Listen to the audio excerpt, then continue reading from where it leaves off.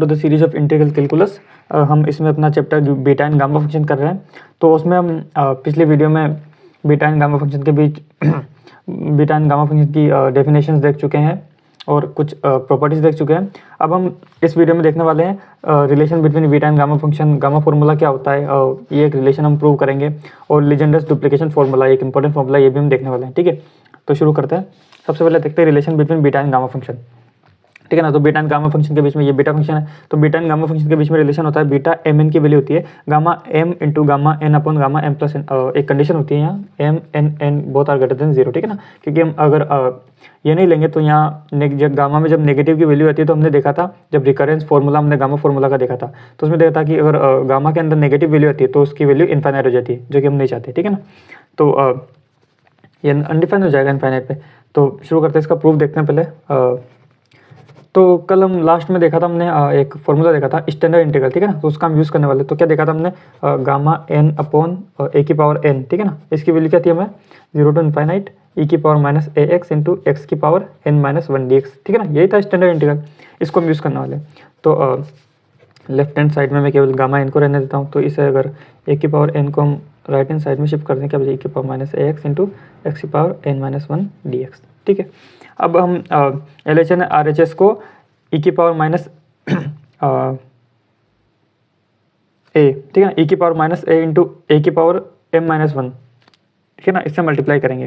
क्यों करेंगे ये भी आगे पता चलेगा, क्योंकि हमें एक बार इसका दोनों तरफ जो है इंटीग्रेशन करने वाले हैं एक ही रेस्पेक्ट में। तो अभी देखते हैं यहाँ, ठीक है ना, तो हम मल्टीप्लाई करेंगे ई की पावर माइनस ए इंटू ए की पावर एम माइनस 1। ठीक है ना, हाँ, तो दोनों तरफ हम मल्टीप्लाई कर रहे हैं। ठीक है ना, तो यहाँ बचेगा हमारे पास 0 टू इनफाइनाइट ए की पावर एन ए की पावर माइनस ए एक्स, मैं भी तो एक्स एच डी से लिख लेता हूँ, और ए की पावर माइनस ए की power M minus 1 D X. ठीक है ना, यहाँ लिख लेता हूँ मल्टीप्लाइंग बाई ए की पावर माइनस ए इंटू ए की पावर एम माइनस 1। ठीक है, तो यहाँ क्या हो जाएगा, ई की पावर माइनस ए की पावर एम माइनस 1 इक्वल। अब हम यहाँ जो है कुछ सिंप्लीफाई कर लेते हैं। यहाँ देखिए ए की वैल्यू हमें क्या मिलेगी, sorry power M plus N minus 1। ठीक है ना, पावर को ऐड करेंगे, और यहाँ इसके वैल्यू माइनस ए कॉमन लेंगे तो 1 प्लस एक्स और एक्स की पावर एन माइनस 1 चल ही रहा है हमारे पास। ठीक है, तो ये हमें फंक्शन मिला है। अब हम दोनों तरफ जो है इंटीग्रेशन करेंगे एक ही रेस्पेक्ट में। ठीक है ना, इंपॉर्टेंट बात यह है कि हम जैसे कि यहाँ तो हमने इंटीग्रेशन कर रखा है लिमिट 0 टू इनफाइनाइट एक्स के रेस्पेक्ट में। ठीक है ना, अब हम करेंगे ए के रेस्पेक्ट में। तो दोनों तरफ हम इंटीग्रेशन कर रहे हैं और लिमिट 0 टू इनफाइनाइट। ठीक है ना, लिमिट हम सेम रख रहे हैं। तो 0 टू इनफाइनाइट इधर क्या हो जाएगा, गामा एन ए की पावर माइनस ए की पावर एम माइनस 1 और डी ए। ठीक है ना, तो ये ए के रेस्पेक्ट में कर रहे हैं, तो यहाँ केवल गामा एन जो है हमारा कॉन्स्टेंट है, बाकी ए की पावर माइनस ए और ए की पावर एम माइनस यहाँ वेरिएबल है। ठीक है ना, तो इस पूरे फंक्शन का हम इंटीग्रेशन करना, तो 0 टू इनफाइनाइट लिमिट है हमारे पास, अंदर चल ही रहा है 0 टू इनफाइनाइट और ए की power M plus N minus 1 A की power minus A 1 plus X की पावर एन माइनस 1, और ये डी एक्स तो हमारे पास सही, और हम पूरे फंक्शन का ए के रेस्पेक्ट में भी कर रहे हैं। ठीक है, यहाँ तक समझ में आया, हम ए के रेस्पेक्ट में कर रहे हैं, ये इंपॉर्टेंट चीज़ें यहाँ है ना। बढ़ते हैं नेक्स्ट पेज पे। ठीक है ना, तो हमें ये मिला है ना। अब इसे सॉरी हमने ए के रेस्पेक्ट में किया है ना, यहाँ ए था, हम सॉरी। ठीक है, तो ये तो कांस्टेंट हमने बाहर ले लिया। ठीक है ना, तो एक बार लिख देता हूँ, gamma N 0 to infinite A की पावर माइनस ए की power M minus 1 D A. ठीक है ना, अब यहाँ एक इंपॉर्टेंट चीज़ है कि जब हम अगर देखिए लिमिट दोनों की सेम है, ठीक है ना, तो और अगर मैं पहले एक्स के रेस्पेक्ट में करता हूँ तो मुझे जो ए की टर्म है वो कांस्टेंट लेनी पड़ेगी। तो अगर मैं एक्स के रेस्पेक्ट में पहले करता हूँ तो ये हम कांस्टेंट ले सकते हैं, तो बाहर ले सकते हैं इंटीग्रेशन के। ठीक है ना, लेकिन अगर पहले ए के रेस्पेक्ट में हम करें तो केवल ये टर्म कांस्टेंट होगी। ठीक है ना, अब यहाँ हम पहले या तो एक्स के रेस्पेक्ट में करें या ए के रेस्पेक्ट में, कोई अंतर नहीं आएगा। क्यों, क्योंकि देखिए यहाँ लिमिट दोनों की सेम है, ये इंपॉर्टेंट चीज़ है ना। अगर दोनों की लिमिट अलग अलग होती तो हमें पहले एक्स के रेस्पेक्ट में करना पड़ता, और अगर ए के रेस्पेक्ट में करते तो फिर लिमिट चेंज करनी पड़ती। ठीक है ना, ये हम जब डबल इंटीग्रेशन देखते हैं तो उसमें देखते हैं कि लिमिट कैसे चेंज कर सकते हैं, ठीक है ना। तो अभी फिलहाल एक बात ध्यान रखने की, दोनों जगह लिमिट सेम है, तो जो है हम आगे पीछे किसी का भी कर सकते हैं, क्योंकि अगर पहले एक्स के रेस्पेक्ट में करेंगे तो ए कॉन्स्टेंट हो जाएगा, ए की टर्म, ठीक है ना, और ए के रेस्पेक्ट में करेंगे तो जो एक्स की टर्म है वो कॉन्स्टेंट हो जाएगी। पहले हम ए के रेस्पेक्ट में कर लेते हैं, ठीक है ना, ताकि जो है डेफिनेशन हम बाद में जब हम रिजल्ट हमें मिलेगा तो उसकी गामा फंक्शन या बीटा फंक्शन के रूप में हमें डेफिनेशन जो है यूज़ कर सकते हैं, ठीक है। तो पहले अगर 0 to इन्फिनिट, ठीक है ना, तो अगर मैं ए के रेस्पेक्ट में पहले करता हूँ तो एक्स, क्योंकि देखिए ये कांस्टेंट हो गया ए के रेस्पेक्ट में करने पर, लेकिन जब एक्स के रेस्पेक्ट में करेंगे हम तो ये वेरिएबल होगा, तो इसे हम पूरा बाहर नहीं ले सकते, ठीक है ना।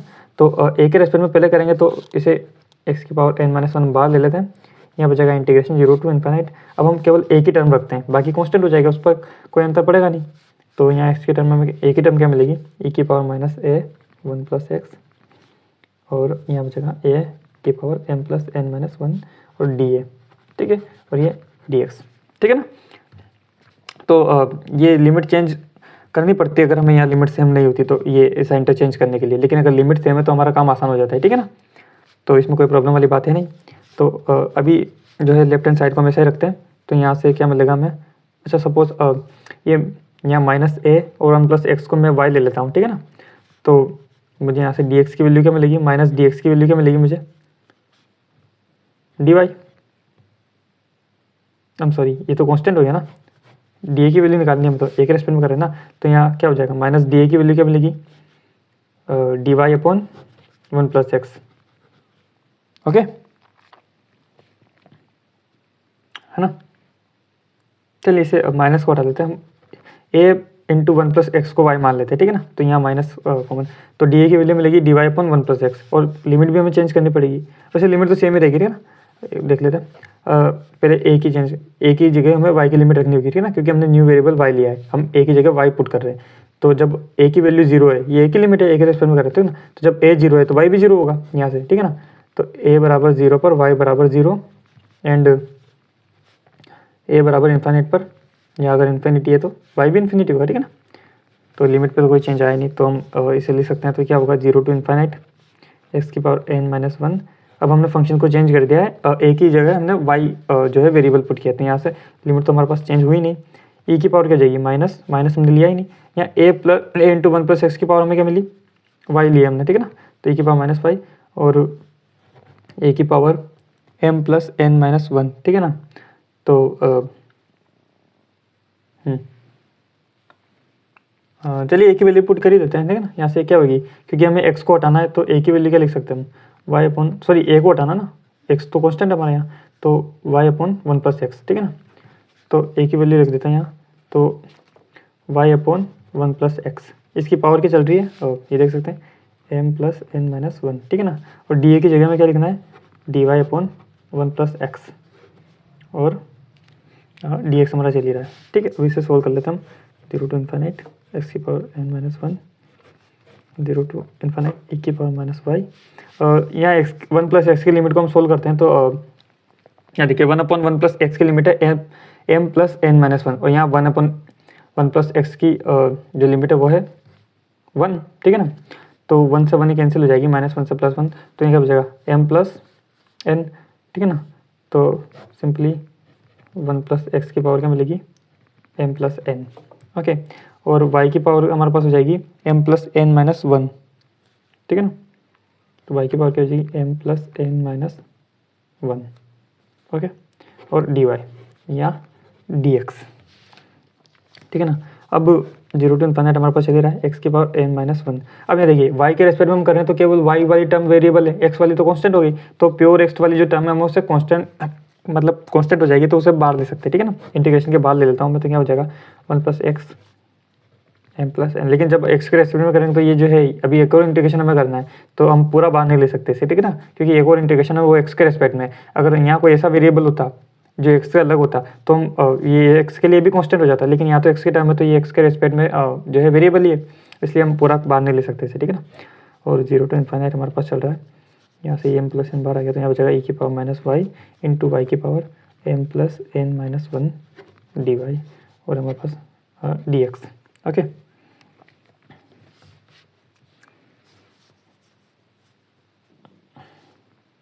ठीक है, अब एक इम्पोर्टेंट बात हमें देखनी है कि अच्छा, हमने बीटा एंड गामा फंक्शन का फॉर्मूला याद है हमें? बीटा एंड गामा फंक्शन हम देख ही रहे हैं, गामा फंक्शन का, ठीक है ना। तो गामा फंक्शन की डेफिनेशन जब हमने देखी थी, चलो नेक्स्ट पेज पे ले लेते हैं। ये रिजल्ट मैं वापस से नेक्स्ट पेज पे लिखता हूँ, ठीक है ना। तो ये रिजल्ट हमें मिला। अब हमने गामा फंक्शन की डेफिनेशन क्या देखी थी? गामा एन की वैल्यू होती है 0 to इन्फिनिट e की पावर माइनस क्या देखी थी हमने? x की पावर n-1 और dx, ठीक है ना, ये देखी थी। तो इस वाले फॉर्मूले से हम कंपैरिजन करें तो देखिए वेरिएबल से तो dy x की पावर, देखिए x की पावर जो भी है n-1, ठीक है ना। तो उसका जो गामा हम लेते हैं, इस तरीके से ये फंक्शन आता है, ठीक है ना। यहाँ इस तरीके से अगर हम इसे कंपैरिजन करें तो यहाँ इसकी जो डेफिनेशन है वो क्या बनेगी? गामा m और यहाँ m+n, ये बनेगी ना। जब हमने बीटा एंड गामा फंक्शन की डेफिनेशन देखी थी तो हमने इसे समझा था कि जब x की पावर जो भी होती है, ठीक है ना, तो उसका +1 करके हम यहाँ गामा लेते हैं, ठीक है ना। तो y की पावर यहाँ है, यहाँ वेरिएबल y है, कोई दिक्कत नहीं है। तो इसकी जो डेफिनेशन है, तो y की जो पावर है उसका +1 करके हम जो है गामा लेते हैं, तो यही उस फंक्शन की वैल्यू हो जाती है, ठीक है ना। तो इसकी वैल्यू में क्या मिली? गामा m+n, ठीक है ना। तो सिंप्लाई करते हैं तो यहाँ बचेगा गामा n 0 to इन्फिनिट। अच्छा, यहाँ भी चलो अगली बार लगा देंगे dA, ठीक है ना, 0 to इन्फिनिट x की पावर n-1, 1 + x की पावर हमारे पास चल रहा है m+n, ठीक है ना। और यहाँ हमारे पास क्या है? यहाँ हमारे पास आया गामा m+n और dx, तो चलिए रहा, ठीक है ना। अब देखिए ये क्या है? ये वापस से हमें वापस से गामा फंक्शन की डेफिनेशन आ गई है, ठीक है ना। e की पावर माइनस a की पावर माइनस, ठीक है ना। यहाँ वेरिएबल a हो गया, कोई दिक्कत नहीं है। और यहाँ गामा n की जगह क्या हो गया? गामा m हो गया, इतना। तो ये गामा m की वैल्यू है, ठीक है ना। डेफिनेशन से हम रिलेट कर ही सकते हैं। तो क्या बचेगा? गामा n तो है ही सही, और इसकी वैल्यू क्या होगी? Gamma m। इधर क्या बचेगा हमारे पास? 0 to इन्फिनिट। अच्छा, चलिए इसे बाहर, x की पावर n-1, 1 + x की पावर m+n और dx, ठीक है ना। मल्टीप्लाई में चल रहा है क्योंकि ये तो कांस्टेंट हो गया m+n।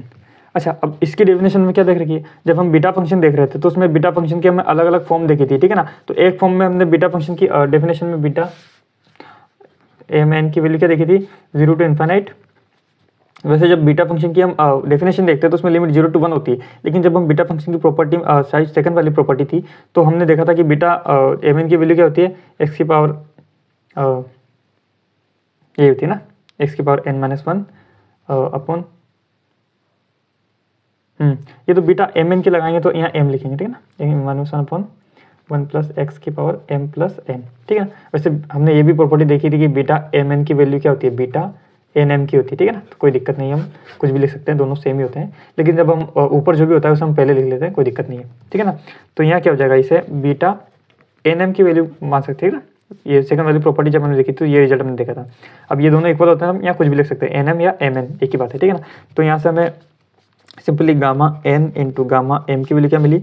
बीटा mm, ठीक है ना, कुछ भी लिख सकते हैं, इंटू गामा m+n। अगर हम इसे जो डेफिनेशन हमने देखी थी बीटा mn की जगह हम इसे राइट साइड में ले तो क्या होगा? Gamma m upon gamma m+n। एक कंडीशन चली रही है mn ग्रेटर देन 0, ठीक है ना। तो यही जो डेफिनेशन हमें देखना था, बीटा एंड गामा फंक्शन के बीच में यही रिलेशन होता है, ठीक है ना, कि बीटा एंड गामा फंक्शन के बीच में जो रिलेशन होता है वो हमने प्रूव कर दिया है। अब हम अपना दूसरा रिजल्ट देखने वाले हैं, ठीक है ना, तो उसे प्रूव करेंगे हम। अच्छा, इसमें एक रूट पाई की, जैसे कि हम जब गामा की वैल्यू निकाल रहे थे, ठीक है ना, जैसे कि गामा 1 की वैल्यू हमने निकाली थी, फिर रिकरेंस फार्मूला देखा था गामा फंक्शन का, तो गामा 2 गामा 3 की वैल्यू कैसे निकालते हैं, हमने गामा n की वैल्यू जनरल फार्मूला में देखा था। तो सिंपली अगर हमें गामा के अंदर सपोज अगर 1/2 मिला तो हम क्या करेंगे? तो इसके लिए इस फॉर्मूले को यूज़ करके हम गामा 1/2 की वैल्यू निकालते हैं, ठीक है ना। तो इस फॉर्मूले पहले 1/m और n की वैल्यू, जैसे कि m = n = 1/2 रखते हैं, ठीक है ना। फिर सोल्व करते हैं, फिर m, ठीक है ना। इसके बाद जब सोल्व करते हैं हम तो हमें जो है गामा 1/2 का स्क्वायर मिलता है। उसके बाद हम गामा 1/2 की वैल्यू में मिलती है √π, ठीक है ना। इसे मैं सोल्व नहीं कर रहा हूँ क्योंकि अगर आपको इसका सोल्व देखना है 2 मिनट का है, मैंने वीडियो बनाई हुई है पहले, तो उसका लिंक डिस्क्रिप्शन बॉक्स में मैंने दे दिया है, तो वहाँ से आप देख सकते हैं, ठीक है ना। तो यहाँ से हमें गामा 1/2 की वैल्यू मिलती है √π, ठीक है ना। कोई कॉम्प्लेक्स नहीं है। यहाँ केवल आप 1/2 रखेंगे, ठीक है ना, तो दोनों की वैल्यू 1/2 रखेंगे आप, तो आपको एक रिजल्ट मिलेगा, ठीक है ना। और फिर दोनों की जगह पहले तो एन इक्वल 1/2 रख देना, ठीक है ना। और जैसे आप इसे सोल्व करेंगे तो अब एक बीटा फंक्शन की प्रॉपर्टी लगा देना, वो ट्रिग्नोमेट्रिक वाली जो हमने देखी थी पिछली वीडियो में, ठीक है ना। तो एक इक्वेशन तो इससे बना लेना, यहाँ 1/2 रखेंगे तो एक इक्वेशन तो इससे बन जाएगी। और एक बीटा फंक्शन की हमने डेफिनेशन देखी थी, बीटा एम एन की वैल्यू क्या होती है, यहाँ भी 1/2 रखना दोनों की जगह, ठीक है ना। और ट्रिग्नोमेट्रिक वाली रिलेशन देखी थी 0 to π/2 और साइन की पावर 2m - 1 थीटा और कोस की पावर 2n - 1 थीटा और डी थीटा, ठीक है ना। इसमें भी आपको दोनों जगह 1/2 रखना है। तो जब सोल्व करेंगे इसकी वैल्यू शायद पाई मिलेगी, ठीक है ना। और इसकी वैल्यू में मिलेगी यहाँ से गामा 1/2 का होल स्क्वायर, ठीक है ना। तो जैसे दोनों को, क्योंकि दोनों ही बीटा एम एन की वैल्यू है, ठीक है ना, 1/2 तो दोनों को आप इक्वल रखेंगे तो आपको सिंपली जब इसका रूट का पाई मिलेगा, ठीक है ना, गामा 1/2 की वैल्यू मिलेगी रूट पाई। इस तरीके से हम प्रूव कर सकते हैं, नहीं तो डिस्क्रिप्शन बॉक्स में लिंक दे रखा है, वहाँ से जाकर देख सकते हैं। तो अब हम एक इंपॉर्टेंट रिजल्ट जो हमने गामा फॉर्मूला में देखना है उसका प्रूफ देखते हैं कि वो क्या होता है, ठीक है ना। तो गामा फॉर्मूला, इस वाले फॉर्मूला को हम गामा फॉर्मूला कहते हैं। अब इसका प्रूफ देखते हैं कैसे कहता है, ठीक है ना। इस वाली फॉर्म को ही हम जो ये फॉर्म जब हम लाते हैं तो इसे हम कहते हैं गामा फॉर्मूला।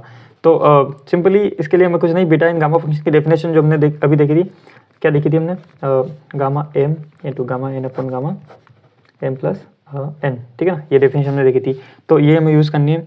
यहाँ देखिए बीटा फंक्शन की अब हमें यहाँ ट्रिग्नोमेट्रिक जो वो प्रॉपर्टी हमने देखी थी तो वो यूज़ करेंगे। तो बीटा एम एन को हम क्या लिख सकते हैं ट्रिग्नोमेट्रिक रिलेशन में, π/2 साइन की power 2m - 1 theta into cos की power 2n - 1 theta D theta, ठीक है ना।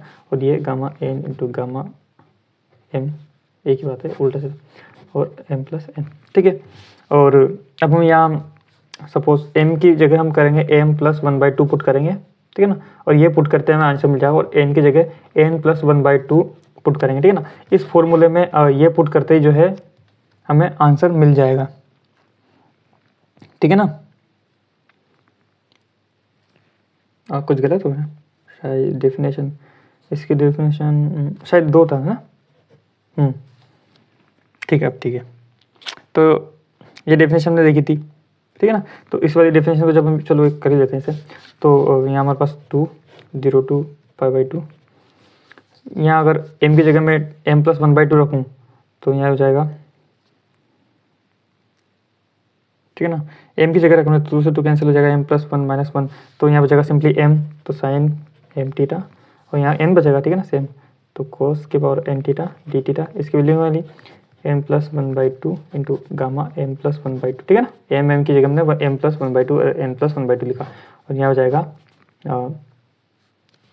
इन दोनों को ऐड करना है तो क्या हो जाएगा 1/2/2, ठीक है ना, सॉरी m + n + 2/2, ठीक है। तो सिंपली फॉर्म में जब हम 2 को इधर ले जाएंगे तो ये फॉर्मूला जो है हमें आसानी से मिल जाएगा, ठीक है ना। तो ये इसी फॉर्मूले को हम कहते हैं गामा फॉर्मूला, ठीक है ना। सिंपली हम 2 को यहाँ भेजेंगे तो जो है हमें गामा फॉर्मूला की वैल्यू मिल जाएगी, ठीक है। और ये हमारा गामा फॉर्मूला है। अब अगला फॉर्मूला जो बीटा फंक्शन की एक और प्रॉपर्टी में प्रूव करेंगे तो वो भी देखते हैं। इसका प्रूफ भी हम सिंपली जो एक तरह से ये देख सकते हैं हम कि हम जो है एप्लीकेशंस देख रहे हैं बीटा एंड गामा फंक्शन में जो रिलेशन होता है उसकी, ठीक है ना। तो बीटा एंड गामा फंक्शन का रिलेशन ही मैं वापस यूज़ करने वाले हैं। तो क्या बोलते हैं, gamma M into gamma N अपन, याद ही होगा वो। तो सिंपली मैं बता देता हूँ क्या करना है। तो सबसे पहले m को हम m + 1 रखेंगे, इक्वेशन फर्स्ट देंगे ना। इस फॉर्मूले में m को m + 1 रखेंगे और इक्वेशन फर्स्ट, n को n ही रहने देंगे, ठीक है ना, n को n ही रखना है अभी। और सेकंड वाली जो एक बार और हम क्या रखेंगे अगली इक्वेशन में, m की जगह तो m ही रहने देंगे और n की जगह n + 1 रखेंगे, ठीक है ना। और जो भी हमारे पास रिलेशन मिलेगा हमें ये मिलेगा एक बार। तो पहली इक्वेशन तो ये होगी, दूसरी इक्वेशन ये होगी, इन दोनों की वैल्यू को ऐड करेंगे तो सिंपली चलो कर ही लेते हैं एक बार और। तो मैं थोड़ा वीडियो को शो कर देता हूँ, ठीक है ना। तो ये मिलेगा सिंपली हमें जो हमने पुट किया है वो, पहले तो m की जगह m + 1 पुट किया और दूसरी इक्वेशन ने n की जगह n + 1 पुट किया। अब इन दोनों को अगर ऐड करेंगे तो क्या मिलेगा, चलो beta m + 1, n plus beta m, n + 1, ठीक है ना। इसकी वैल्यू में क्या मिलेगी, यहाँ देखिए एलसीएम ले सकते हैं हम, नीचे तो सेम ही है। तो m + n + 1 gamma n + n + 1 LCM है तो क्या होगा, ऊपर होगा gamma m + 1 into gamma n plus यहाँ होगा gamma m into gamma n + 1, ठीक है ना। और यहाँ हम जो गामा फंक्शन का रिकरेंस फॉर्मूला हमने देखा था तो उससे जो है यहाँ देखिए जब भी गामा फंक्शन का रिकरेंस फॉर्मूला हमने देखा था तो n+1 की वैल्यू क्या लिखते हैं, n गामा n, आपको याद ही होगा, ठीक है ना। जब रिकरेंस फॉर्मूला ये होता है, ठीक है ना, इसमें सॉरी शायद एक कंडीशन है कि n ग्रेटर देन 0 होना चाहिए, ठीक है ना। तो ये वाली जो प्रॉपर्टी है हमने यहाँ यूज़ की, ठीक है ना। तो ये देख सकते हैं, तो यहाँ सिंपली n-1 करके यहाँ लिखना है, वापस से गामा उसी जो है हमें डिजिट मिलेगा उसी का लेना है, ठीक है ना। तो यहाँ से m-1 करेंगे तो क्या मिलेगा, m इंटू गामा m, ठीक है ना। ये डेफिनेशन ने यहाँ लगाई, तो यहाँ क्या है, गामा n तो चल ही रहा है, प्लस गामा m है हमारे पास, ठीक है ना। और यहाँ क्या मिलेगा, n गामा n, ठीक है ना। ये डेफिनेशन हमने रिकरेंस फॉर्मूला से वापस लगा दी, और यहाँ हमारे पास है m+n+1। तो यहाँ से हम क्या मिलेगा, गामा m कॉमन रहते हैं ना, gamma m into gamma n common लिया तो क्या बचेगा, m+n, और अपन क्या हमारे पास गामा m+n+1, ठीक है। अब हमें प्रूव क्या करना था, इसे बीटा फंक्शन बनाना था हमें, ठीक है ना। बीटा फंक्शन की डेफिनेशन बनानी है हमें।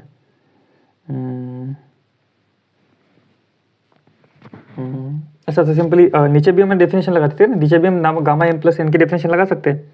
नेक्स्ट पेज पर ले लेता हूँ मैं, ठीक है ना। तो ये जो वैल्यू हमें मिली है, इसमें हम यहाँ नीचे भी जो है गामा वो रिकरेंस फार्मूला लगाएंगे हम, तो क्या हो जाएगा, ये तो ऊपर तो ऐसा ही है। और देखिए जो हमने ऊपर डेफिनेशन लगाई, तो यहाँ से क्या हो जाएगा, एक कम करेंगे तो गामा m+n ले रहा हूँ मैं एक साथ एक टर्म, ठीक है ना। तो m+n और गामा m+n, ठीक है। तो ये होगा ना रिकरेंस फार्मूला से। तो यहाँ से m+n कैंसिल हो जाएगा, तो क्या बोलेगा, gamma m into gamma n/m+n, ठीक है ना। तो ये तो डेफिनेशन हमने किसकी देखी थी, बीटा एंड गामा फंक्शन में रिलेशन देखा था, ठीक है ना। तो ये किसकी वैल्यू थी, हमें बीटा mn की वैल्यू थी, ठीक है ना। तो यहाँ पुट करेंगे तो बीटा mn की वैल्यू में क्या मिलेगी, इधर हमारे पास चल रहा है beta m+1, n plus beta m, n+1, ठीक है ना। तो ये रिलेशन हमने प्रूव कर लिया है। तो ये बीटा एंड गामा फंक्शन से हम बहुत सारे रिलेशन को जो है प्रूव कर सकते हैं। अब एक इंपॉर्टेंट फॉर्मूला हमारे पास